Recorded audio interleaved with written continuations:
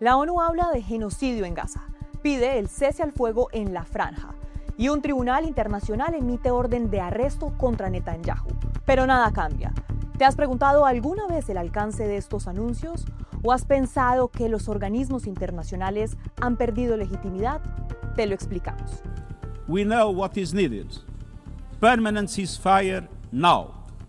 All the hostages released now. Full humanitarian access now. Una comisión independiente nombrada por la ONU acusó por primera vez a Israel de genocidio en Gaza. Y Navanedem Pillay, vocal de la comisión, aseguró que identificaron 4 de los 5 puntos de lo que para las Naciones Unidas es un genocidio. Of genocide against the Palestinians in the Gaza Strip. 1, killing members of the group. 2, causing serious bodily or mental harm to members of the group. 3, deliberately inflicting on the group conditions of life calculated to bring about its physical destruction in whole or in part. And 4, imposing measures intended to prevent births within the group. El quinto sería el traslado por la fuerza de niños de un grupo a otro. Pero entonces, ¿qué viene ahora? Para saber el alcance de este anuncio hay que entender quién lo dijo. The Commission finds it is genocide. La Comisión Internacional Independiente de Investigación de Naciones Unidas sobre los territorios palestinos ocupados fue nombrada en 2021 por el Consejo de Derechos Humanos, que sí pertenece a la ONU y está integrada por 3 personas. 3 expertos independientes con una larga y dilatada trayectoria profesional en el ámbito del derecho internacional. Una de ellas, la presidenta, es Navi Pillay, que fue en su momento presidenta del Tribunal para Ruanda, que fue el primer tribunal que determinó y que dictó un veredicto en contra del alcalde de una ciudad ruandesa que se llamaba Taba y que le condenaban, entre otros cargos, por genocidio. Pero entonces, ¿qué tiene que decir la ONU sobre genocidio? Desde el punto de vista legal, corresponde a los tribunales internacionales declarar si cabe considerar los actos como genocidios. Digamos que son la máxima autoridad judicial y además independiente, objetiva. Me refiero en este caso a la Corte Internacional de Justicia y a la Corte Penal Internacional. ¿Y entonces por qué se ha pronunciado esta Comisión de Naciones Unidas? Pues su anuncio servirá como documento probatorio en el proceso que abrió Sudáfrica contra el gobierno israelí por genocidio en Gaza.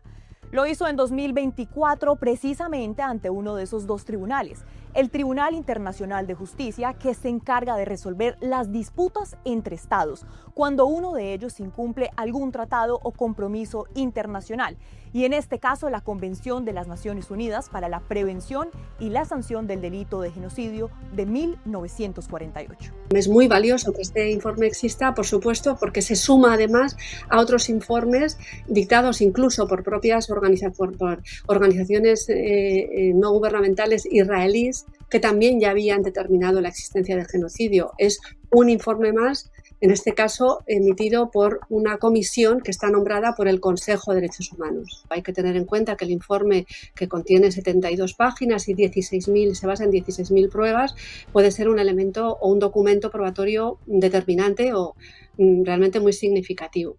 Así que para que el debate sobre el genocidio llegue a la Corte Penal Internacional, un fiscal de ese tribunal puede solicitar que se abra este proceso. También un Estado firmante del Estatuto de Roma o el Consejo de Seguridad de la ONU. Hasta el momento, Netanyahu tiene una orden de arresto dictada por este tribunal por crímenes de guerra y crímenes contra la humanidad.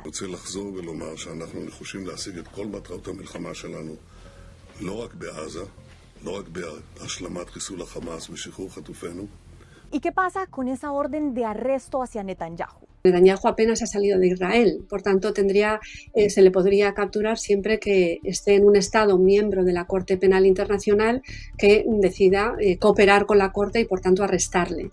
El caso en el que viajó a Hungría fue más determinante y en aquel caso el gobierno húngaro decidió de hecho salirse del Estatuto de la Corte Penal Internacional, del Tratado Internacional, no cooperar con la Corte y pues manifiestamente ir en contra de esa orden de arresto y de petición de cooperación que le exigía el fiscal. Ez most már nem egy pártatlan, nem egy jogállami bíróság, hanem egy politikai bíróság. Meggyőződésem, hogy politikai eszközzé is irányították ezt az egyébként fontos nemzetközi bírói fórumot, amellyel nem tudunk és nem is akarunk közösséget vállalni a következő időszakban. Y si Hungría ha podido incumplir el acuerdo, ¿para qué sirven entonces estos organismos? Hay que recordar que estas organizaciones internacionales están compuestas por estados y, por tanto, son los estados los que deciden no cumplir con los compromisos establecidos en el marco de la organización internacional.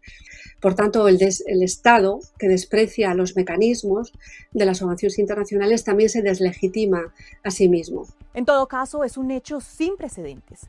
Por primera vez, una comisión nombrada por la ONU califica un acto como genocidio mientras ocurre.